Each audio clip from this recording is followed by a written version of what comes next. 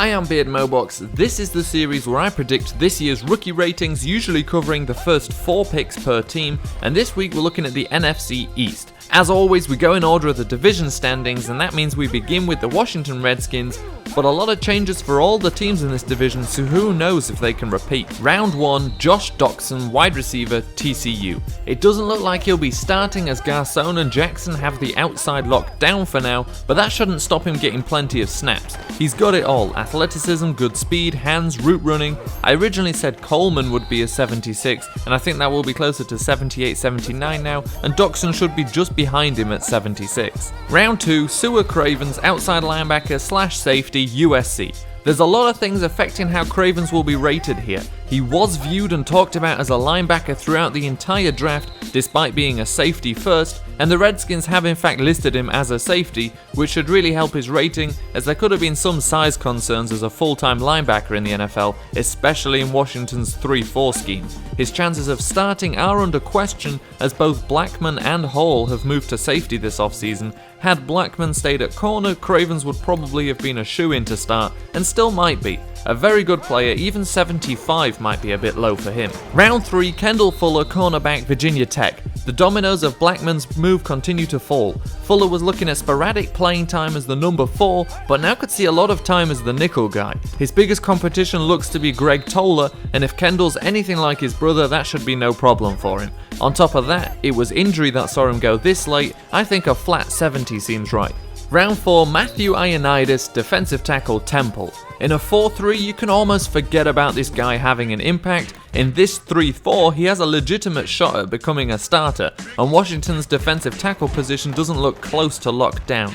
He can swallow double teams, making him a perfect fit for a 3-4, and hopefully EA recognizes that. Considering the scheme fit, even as a 4th, he could be a very near 70. A bonus one here because I know people are going to want to see this one. Round 7, Keith Marshall, running back, Georgia. Marshall is the holder of the fastest 40 time at the combine, and although he doesn't really look like a potential diamond in the rough, he should be very interesting on Madden. His speed should be in the very high 90s, making him a fun guy to pull a couple of quick pitches with.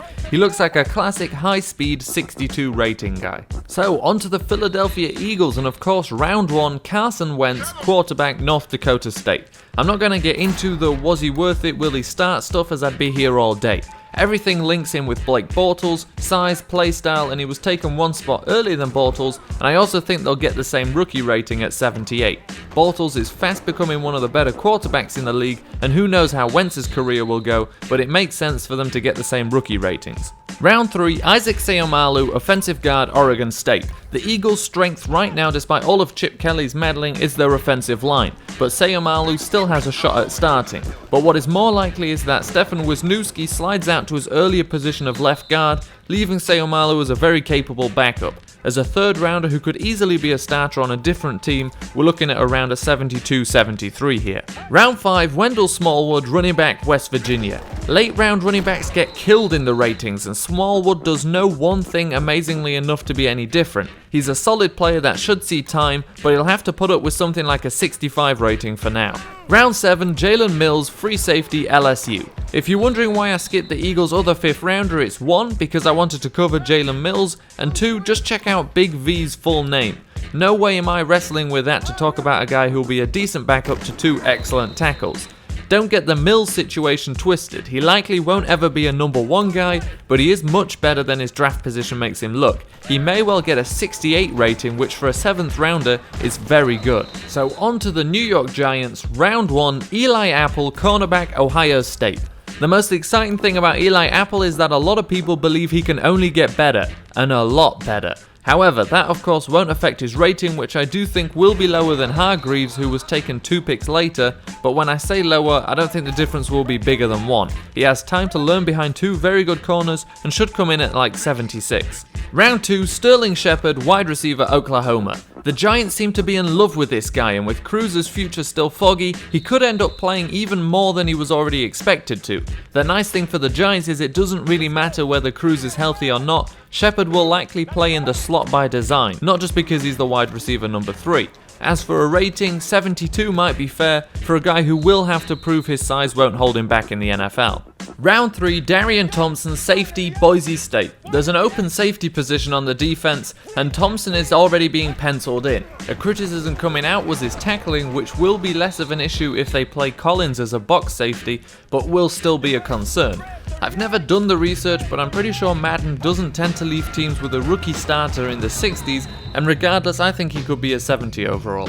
Round 4, BJ Goodson, outside linebacker, Clemson. It certainly fits a big need for the Giants, but not much about his play style results in a decent rating. He's a run stopper with limited open area skills and isn't overly athletic. That's not to say he couldn't potentially be coached into a starter, but right now I think we're looking at around a 67.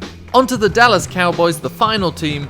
Round 1, Ezekiel Elliott, running back, Ohio State. I like to think of the Cowboys as the anti-Jags. That's not necessarily a criticism, but in both round 1 and 2, people expected the Cowboys to take plays that eventually fell to the Jaguars, whilst themselves going in more surprising directions. Elliott ended up filling a bigger need than expected anyway, with McFadden out for 2 months after undergoing elbow surgery. On top of that, he's an excellent prospect that should easily get an 83 rating. Round 2, Jalen Smith, outside linebacker, Notre Dame. This one is extremely difficult, not on Smith's part, but on Madden's. If he had never been injured, he'd likely come in with an overall higher than 82. But Madden also needs to consider nobody actually knows how effectively he'll come back from injury, as no one's seen him play since. I have a feeling they'll go a little cautious with him, keeping him under 80 at 78/79. Round 3, Maliek Collins, defensive tackle, Nebraska. It looks like a potential disaster averted here. Collins had to have surgery on his foot, but should be back late training camp to early season.